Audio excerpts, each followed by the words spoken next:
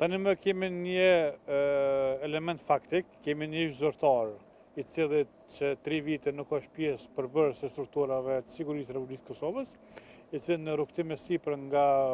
vendet e Bashkimit Evropian, ishte ndaluar në pikën kufitare në mes Hungarisë dhe Serbisë, dhe ku më pas të ndaj tij ka filluar një procedurë hetimore ku ka rezultuar me paraburgimin e tij për 30 ditësh, i cili akuzohet sipas prokurorisë së shtetit të Serbisë për pjesëmarrje në aktivitetet që ishin në rastin e Banjskës, ku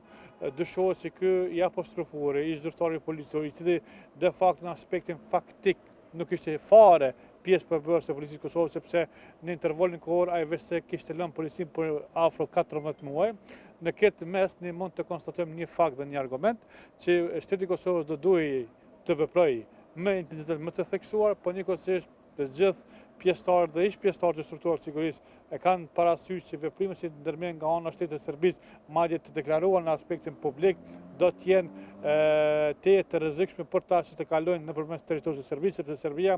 tani ka filluar një fushat të shtrigash në arrestimin, identifikimin e ish zyrtarëve, madje ngarkesa e akuzës ndaj ish zyrtarit policor të Republikës Kosovës që është atje, ndërlidhet me aspektin që ka qenë pjesë involvuese aktive në ballafaqsimin me grupe terroriste në Banjsk. Në shtetin e së drejtës, ku Serbia nuk është një gjë e tillë, ai do kishte më qenë fare i paraburgosur, por për faktin që ka interferim dhe interes politik, çështjet mund të komplikohen, siç ka qenë në rastet e kaluara, ku shteti i Serbisë ka ndaluar qytetarët tanë, po dhe ish zyrtar aktiv të shtetit